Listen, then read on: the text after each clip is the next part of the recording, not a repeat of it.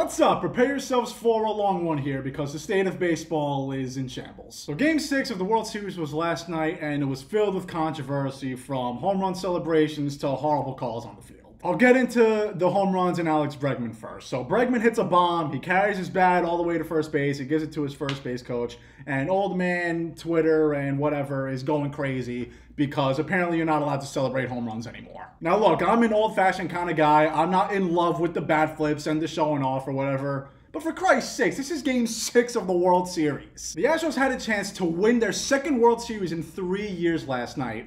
Obviously, they're going to celebrate. And of course, Twitter always goes crazy like, oh, Bregman's such a douche, blah, blah, blah. Like in the ALCS when he told his teammates to move up in the box, I saw people saying that he thinks he discovers something on every at-bat that he has. Sure, I think Alex Bregman is a little cocky, but you know what? He might win the MVP this year. He might win his second ring in the last 3 years. I'd be pretty cocky too. And the funniest part about any player celebrating an absolute piss missile that they hit, you always get the reaction like, I'd put one at his ear hole on the next at bat. So watching a home run that you hit 9 million feet, that warrants a pitcher to literally try to kill you. Max Muncy said it best against Bumgarner. I mean, what he said kind of didn't really make sense. He was like, if you don't like it, get it out of the ocean. Really makes no sense at all. But if you don't like it, don't throw that pitch. I also never understood hitting anyone on purpose anyway. Why would you want someone to get on base? Especially in the World Series, why do you want to put someone on base in an elimination game? Anyone who thought that, that's stupid. The best revenge is to get the guy out. Again, like I said, I'm not a fan of what Alex Bregman did, but to say that it should warrant him getting hit by a pitch, especially in the head, that's ridiculous. And now we move on to the whole Trey Turner saga. I'm not going to give you a breakdown of the play. Everyone knows what happened. First of all, don't say that a play is not reviewable when it clearly is. And this whole thing never made sense to me anyway. The base path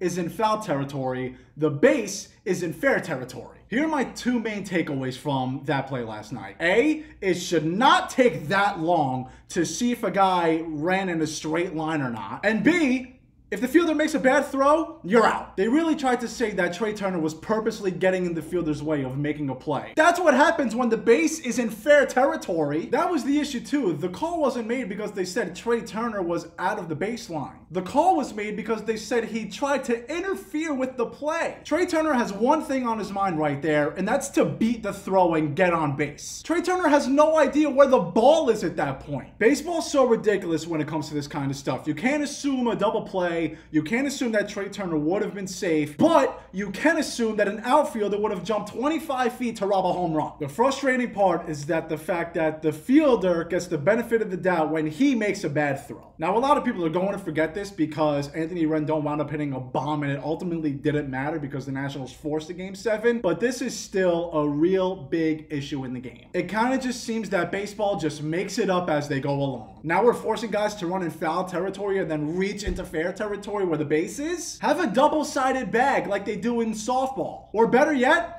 if a body part is outside of that white line, just call them out. There are so many rules in baseball that are in the rule book and they never enforce it. Exhibit A, there's actually a rule where if a pitcher doesn't throw a pitch in 12 seconds, it's supposed to be a ball. Now we have a pitch clock for 20 seconds. So do you have 20 seconds or do you have 12? At the end of the day, it doesn't matter because they never enforce it. And for God's sakes, I mean, it's time for robot umpires, seriously. I'm not sure if it's because of the technology that we have that we are finally getting to see every single error that they make behind the plate, but it just seems like the umpiring is dreadful. Anyone who doesn't want a robot umpire or replay on everything, they don't deserve the right to complain about a missed call. No team should work hard for 7-8 months during the season just to have an umpire completely blow a game. Look, I get it. Umpiring and refereeing, it's not easy. I've been there and done that. I can only imagine the level of difficulty it is at the professional level. But we have the technology that's proven to work. Why don't we use it? It's stupid to think too that balls and strikes aren't reviewable and anything on the base paths is, anything in terms of home runs in the outfield are. Balls and strikes literally determine the outcome of the game. But now it's time to enforce the technology that baseball has and get these calls right. That was a long one. Thanks for hanging in there. Thanks for watching. I'll see you guys next time.